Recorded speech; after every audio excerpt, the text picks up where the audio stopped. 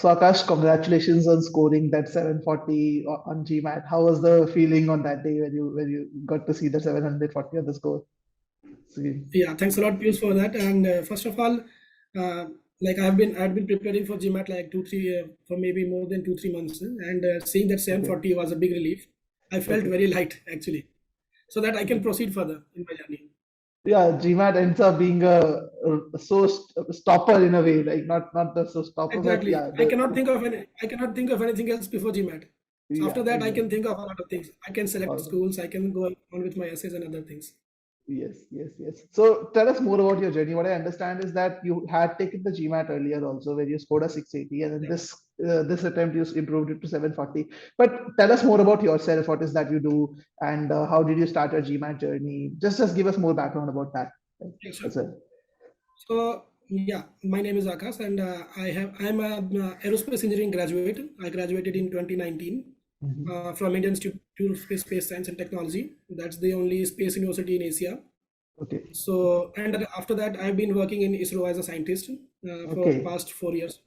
okay, Yeah, almost okay, 4 years. Yeah. So the idea of getting an MBA came to me maybe you can say during the second wave of lockdown.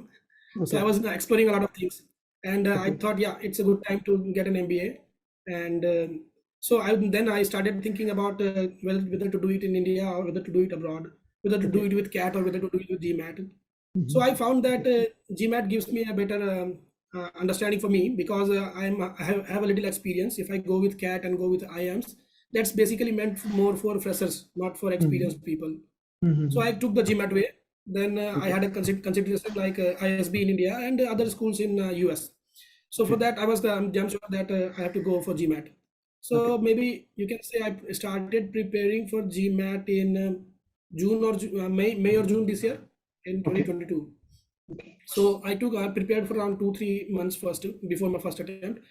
I took a few resources and I took OG mocks also, and I was doing pretty well. I guess I was scoring 720, 730 in that, but the test day I don't know what happened, or maybe the scores were elevated earlier.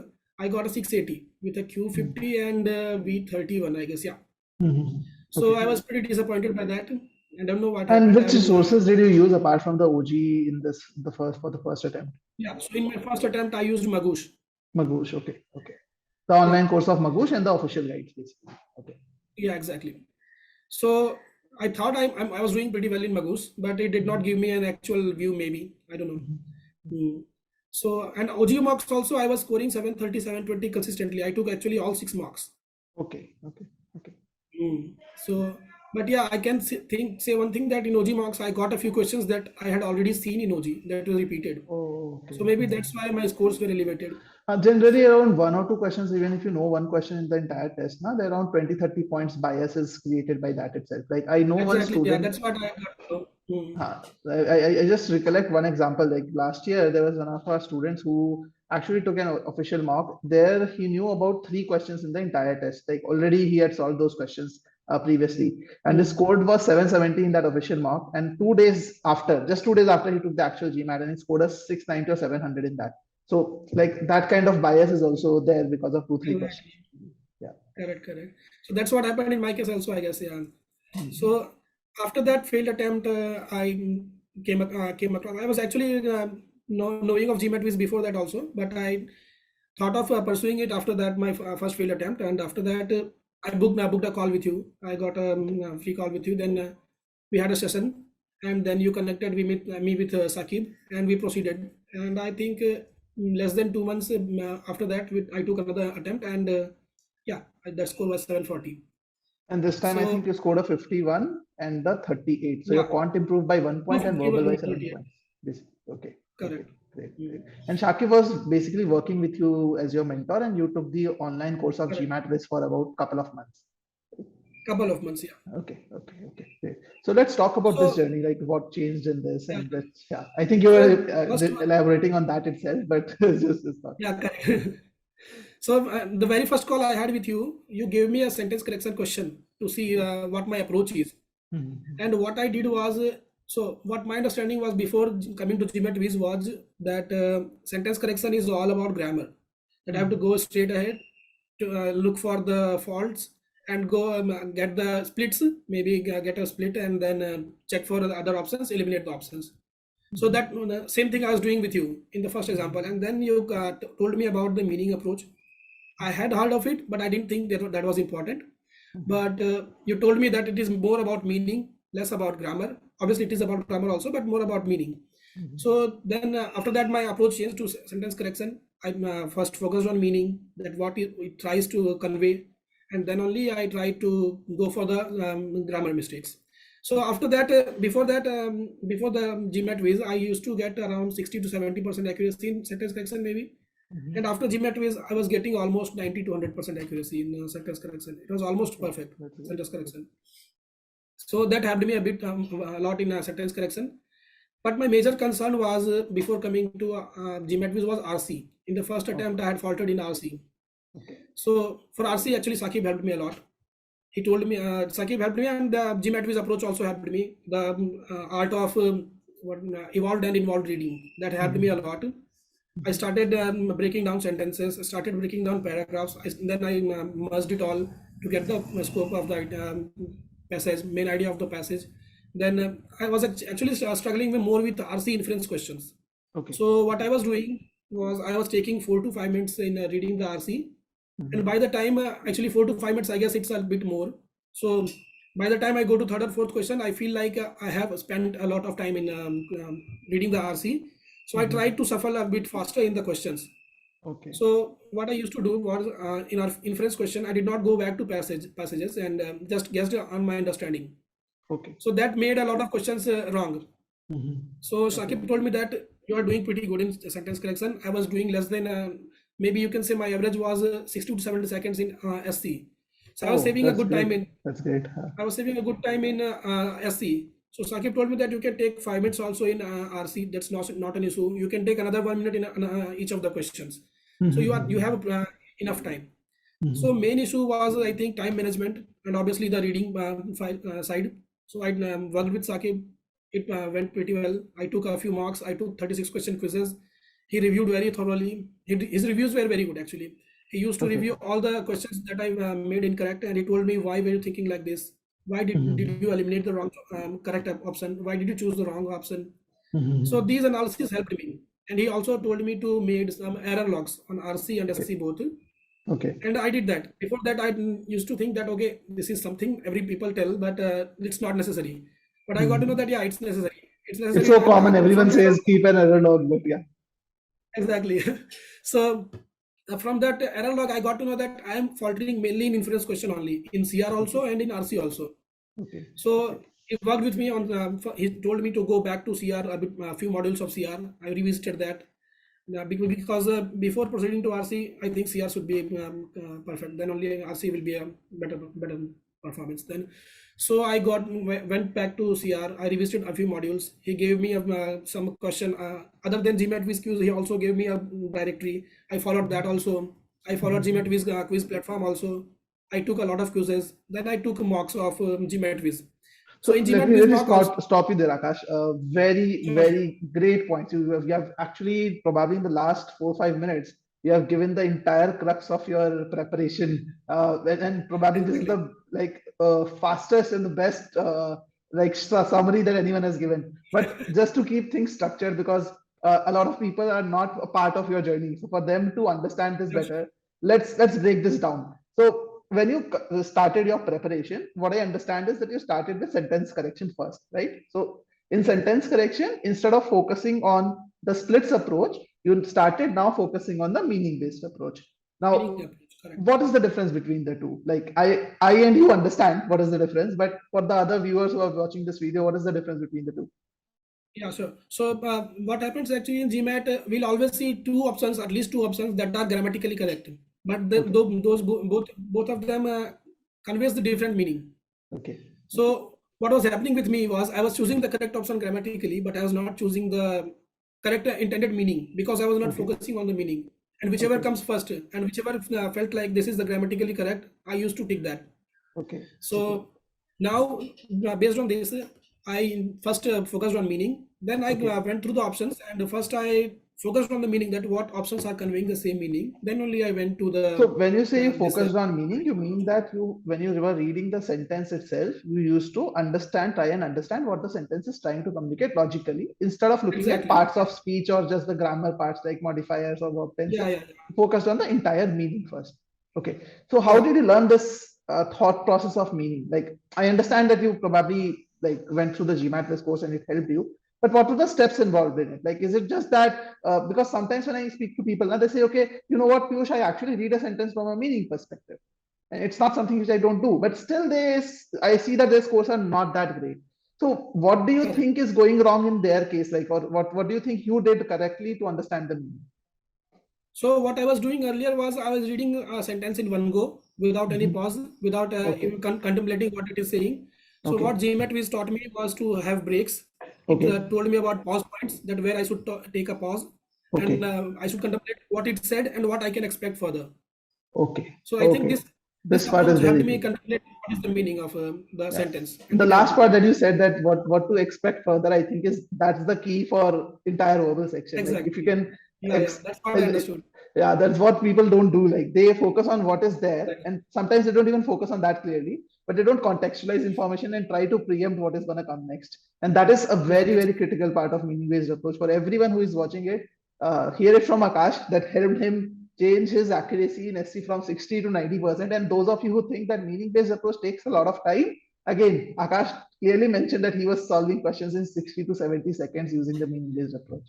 Okay. So Akash, just one thing, like, were you not mixing meaning with your splits a bit? Maybe like mixing of both basically towards the later part of your preparation. Obviously, in the beginning, you might have been doing more of meaning, but towards the later part, when you were closer to your GMAT, were you not mixing the two basically, or was it just yeah. purely meaning? I was definitely doing that. I definitely mixing the meaning and split based. Split based approach also is a good approach, but I think Mhm. meaning is the major part of the thing. If you are doing the meaning part, then after that with split, I'm always able to eliminate 2 or 3 options, basically based on grammatical thing also. But the main Mhm. part comes where the 2 or 3 options that are conveying that are grammatically correct, but Mhm. those are conveying different meanings. There actually I was struggling, and that's where the meaning based approach came in handy. So the core was meaning based approach, and the splits was something which was helping you basically like It was remove just the helping me extremes. to eliminate the answer choices. Few answer choices. Perfect, perfect. So how much time did you spend, Akash, out of this 2 months on sentence correction? I know it might be difficult for you to recollect, but if you can just give us a Yeah, but still, approximate. I guess maybe 10 days. 10 days. Okay, great, great, great. Yeah. So you See, 4 to 5 focused. days I took around in going through the lessons, and next Okay, 5 days on practicing. great. So 5 days you went through the lessons of sentence correction from GMATWhiz, and then 5 days of practice. Great. So after this 10 days, you mentioned that you moved to CR. You mentioned that before doing RC, one has to get better on CR. So is that No, correct? Or actually, okay, after SC, I moved to RC because I was okay, not focused on CR. okay, okay. But I was taking RC, I was not getting good accuracy. I was getting around 60 to 70, between 60 to 70 accuracy in So Sakib analyzed that, and Sakib told me that I see a bit of logical gaps in your understanding. So it's better to go Okay. back to CR once. First, Okay. work with a paragraph, then only work with 3 or 4 paragraphs. So then Okay. I went back to CR, and then I did CR, and then came back to RC. Got it. Got it. Got it. So in CR, you focused on the inference skills because that was one thing which was Inference skills. common area, and you improved your Yeah. inference skills from there. Great. So what And is that basically in CR, I worked in assumption family. assumption? Okay. Okay. Okay. So how Yeah. did it help for RC? Like what was the thought process in CR that helped you in RC? So in CR also the same thing happens. Meaning based approach. I went to that what they are telling, what is the premise, what is the conclusion, what they are trying to convey, what is the question asking. Actually, I was not focused on what is the question asking. First, Okay. when I read the question, that Mhm. what is the weakening. What sentence will which of the points, if true, will weaken the argument's conclusion. Mhm. So what I was doing, that there may be one or two, or there may be not at all, no, not a single conclusion in the CR passage. So Okay. what I was doing, that without thinking about conclusion, that what is the conclusion, which conclusion they are asking me to weaken or strengthen, I was going Okay. straight. Okay. So it Okay. helped me to first analyze the what is the premise, what is the conclusion, and which Mhm. conclusion this is talking about, or what conclusion it is asking me. So Okay. that helped me a lot. So you basically started doing CR in a more structured fashion, identifying the conclusion clearly and how the premises and everything is linked to it. And in cases there were multiple conclusions, you identified what was an intermediate conclusion and what was a real conclusion. And then you focus on the Exactly. real conclusion instead of getting confused with the intermediate conclusion. Okay. Intermediate conclusion.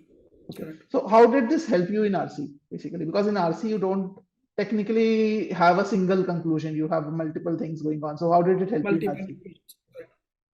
So in RC also what happens was I was doing paragraph summaries. So after I read one line, I'll break it down. I'll understand that. I'll contemplate what the another line may be. And then after that, when I finish the paragraph, I'll take the gist of the paragraph. I'll conclude that, okay, this was an introduction of this thing, and he has introduced to maybe a one or two topics. Then I'll try to think what other paragraph may be coming forward. It may be a weakener of the paragraph. It may be an example of to strengthen it forward, or it may be other things. So like this, I took chunks of a paragraph and I made a summary of it in my mind, and I used that summary to get the answers of inference question in the same way that I did for CR.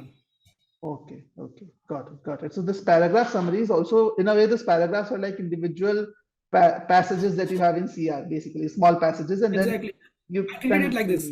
Okay, that's very nice. That's very nice. So how much time you had to then spend on RC basically in the second phase? So RC, when I started, I was again taking maybe 5 minutes to read RC in doing the first question, and another maybe 40-50 or 1 minute in other questions. So about 8 to 9 minutes in a passage for 4 questions. 8 to 9 minutes I was reading. But by the end, I was able to reduce it. I was able to read the passage in 3 to 4 minutes with the involved and evolved reading approach. And after that, I was able to do a lot of questions in 30 seconds also, and a lot of questions took sometimes maybe 1 minute or so. I was able to do it one passage in 6 to 7 minutes. So Akash, one thing, like I know the answer to this, but I want to hear from your perspective also. That earlier you were doing RCs not in an involved reading format. So basically, probably you were skimming through the passage and then coming back to the passage for each question. So what is the difference that you get by following the involved and evolved reading? Like, why should one switch to involved and evolved reading? I understand that your score improved by 7 points in verbal. That's a testimony to the approach, but still, logically, what is the difference? Basically? So what happens when we skim through the passage at once and then come back after for each questions? We save maybe 1 minute or 2 in first question, but we waste 1 minute or 2 in all the questions. So the overall time goes maybe about 8 or 9 minutes. What happens with involved and evolved reading is that you do not need to go back to complete passage to again get the answer of the question. Once you answer the first question, the second question, when you see the question, you will have an answer in your mind. You will be able to pre-think the answer, that what you are going to see. And without, I think, pre-thinking, it will be very difficult to go to RC because there are many answers that can influence us. That if we don't pre-think it and we go direct to answers, then a lot of answers can influence us that, yeah, this may be the correct answer, this may be the correct answer. So without thinking, without pre-thinking, I did not go to answers at all. I at least thought one answer and I went with that. So this helped me in pre-thinking. So basically, this pre-thinking helped you to, even if you have to refer back to the passage, you know exactly where to refer back. But if you were not pre-thinking, when you're not pre-thinking earlier, you were getting confused by multiple things. So you had to go through multiple parts of the passage. And probably in such cases, you are still not sure what is the answer, right? Because you're under a time crunch. So that's why your accuracy was also poor. Earlier, timing was also poor. But now your timing and accuracy both improved with the involved and evolved approach. Okay. Great. So these are really great tips for SC and RC. So in RC, in terms of preparation time, like how many days did you give? Like you said 10 days for SC. How many days for RC you required? So RC also, I saw the lectures of GMATWhiz for maybe 3 or 4 days. Then I started solving passages. So in starting, I was solving maybe you can say 5 to 6 passages or 7 passages in a day. Okay. So what Saqib told me that this is not a good approach. 5 to 6 or 7 passages a day should not be. That does actually after 3 or 4 passages, our mind gets saturated and it's not able to think very precisely in the way. So he suggested me to solve 2 or 3, maximum 3 passages per day. So after that, I followed that 2 or 3 passages I used to do. So I was doing it almost every day, 2 to 3 passages almost every day for maybe 10 to 15 days. Okay. So alongside that, you were doing SC and CR also, maybe and Quant SC and CR also, yeah.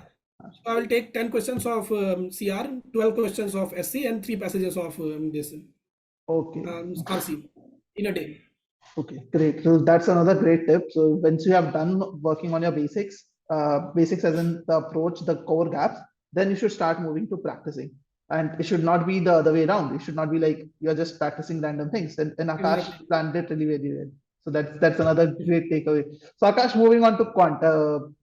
Generally, I actually keep interviews very long. For this one, I'm trying to keep it like around 30 minutes long. So let's talk about Quant. How did you move from a Quant 50 to the perfect Quant 51? Like, what was the magic?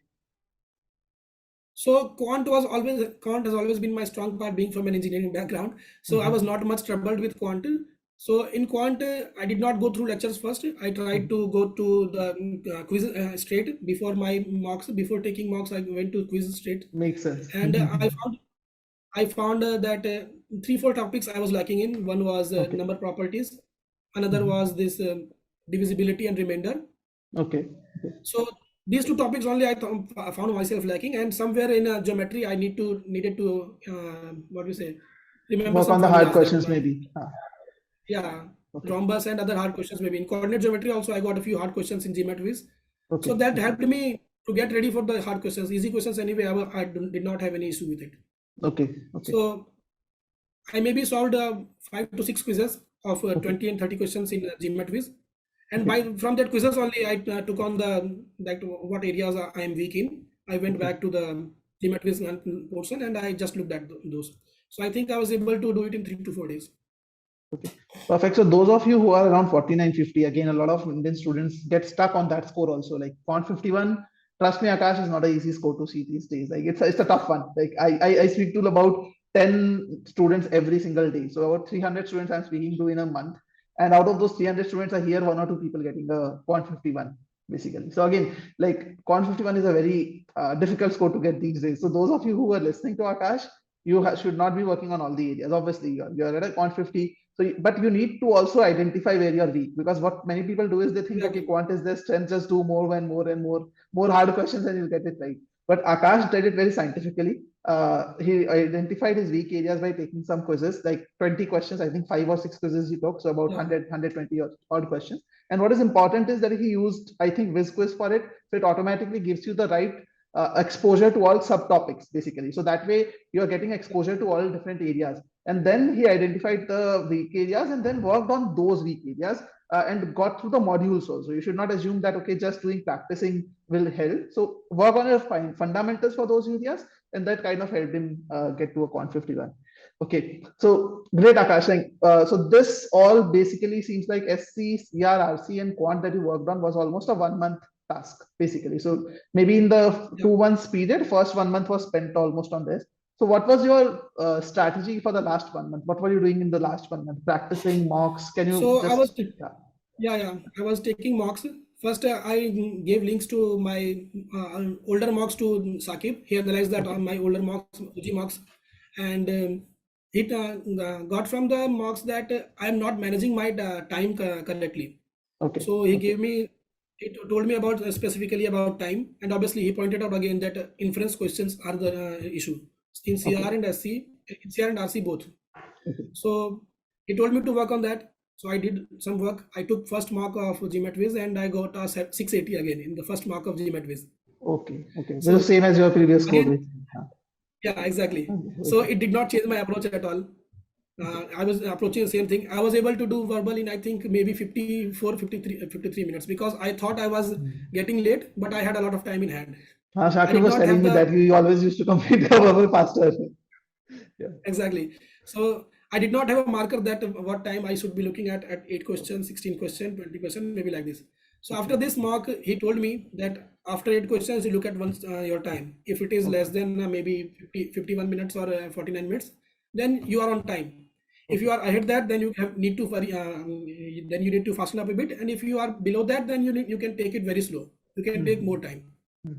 Okay. So I tried incorporating that, and obviously the GMAT with the AI platform is a very good thing. I think it by analyzing the mocks, it told me the weak areas where I need to revisit the concepts, where I need to go back to just quizzes.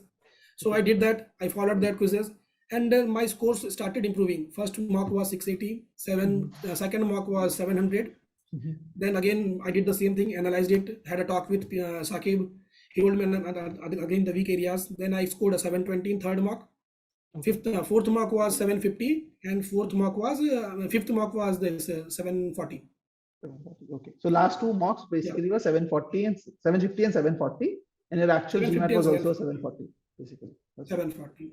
Okay, perfect. So will I be correct in saying that the actual GMAT mocks did not give you as close an estimate as the actual GMATWhiz mocks gave Actually, you for the GMAT? I was surprised by the accuracy of GMATWhiz mock, because from the reviews I've heard, I know that no mocks give an actual prediction of what your GMAT score can be.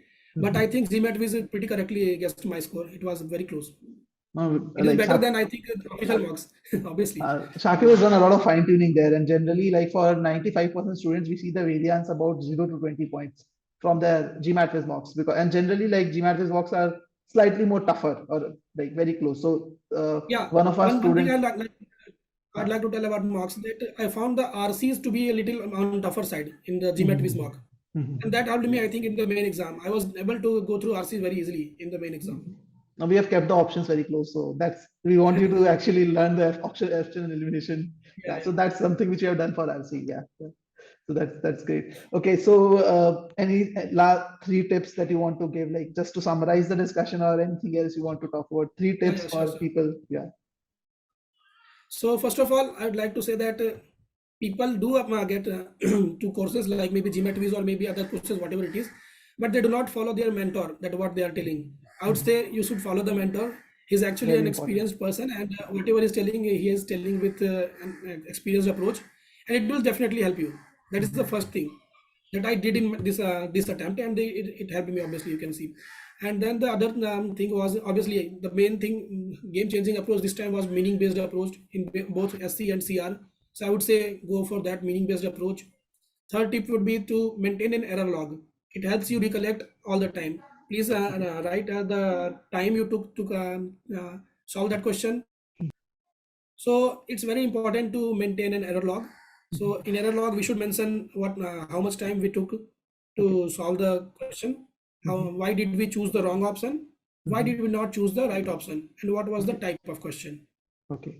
So this helps you recollect later on that where I'm going wrong, and it helps you fine tuning your approach, and it helps you it saves you time also in preparing. You don't have to go back to all the things.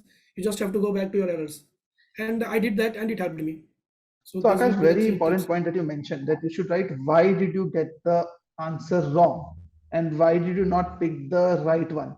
So what is this why? You did not mention what did you do wrong. You mentioned why did you do it wrong. So what would you typically write in this, basically? Like just the topic name or something else? No, actually, I was trying to write everything, whatever my mind was, that I thought this has to be, this is the main point of the answer, but this was not the main point. Then I used to write like this. I thought that this is the conclusion of the answer, but this was the intermediate conclusion. Like this, I used to write. Okay. So that helped me. That helped me identify where I am going wrong.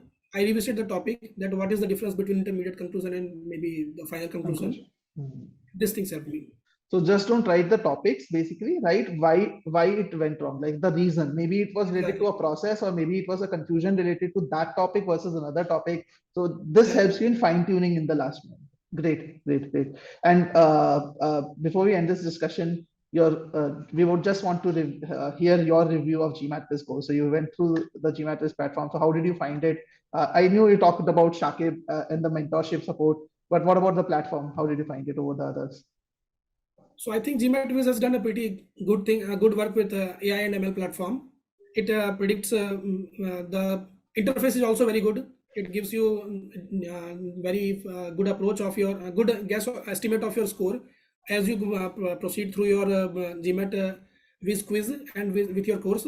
It tells you your skill score. It tells you your estimated score, and I think that score was pretty close. It was showing me 50-51 in quant and 38 to 41 in this verbal, and estimated score 740 to 750, and I got that score. So I think it is pretty accurate. Then after every quiz, it used to give an analysis of the quiz. In that quiz, I used to get what were my weak areas, where I need to visit just the quizzes, where I need to visit the concept. So there are two kinds of gap. One is conceptual gap, another is application gap. So it used to tell me that where I have the conceptual gap and where I have the application gap. Based on that, it used to direct me to the lessons. I went back, I read that, and I came back to quizzes, and I think my accuracy improved with that. So that helped me a lot. Okay. Great. So basically, after each quiz, you did not have to think about what to do. The platform used to serve you what your weak areas were, Yeah. and you had to just focus on completing them. Great, It saves a Akash. lot of time in the box. Definitely, definitely. If you have the right guidance, like definitely helps you to put your Exactly. energy all in the right way. Great to hear that, Akash. Thank you so much for taking out time on a Sunday morning.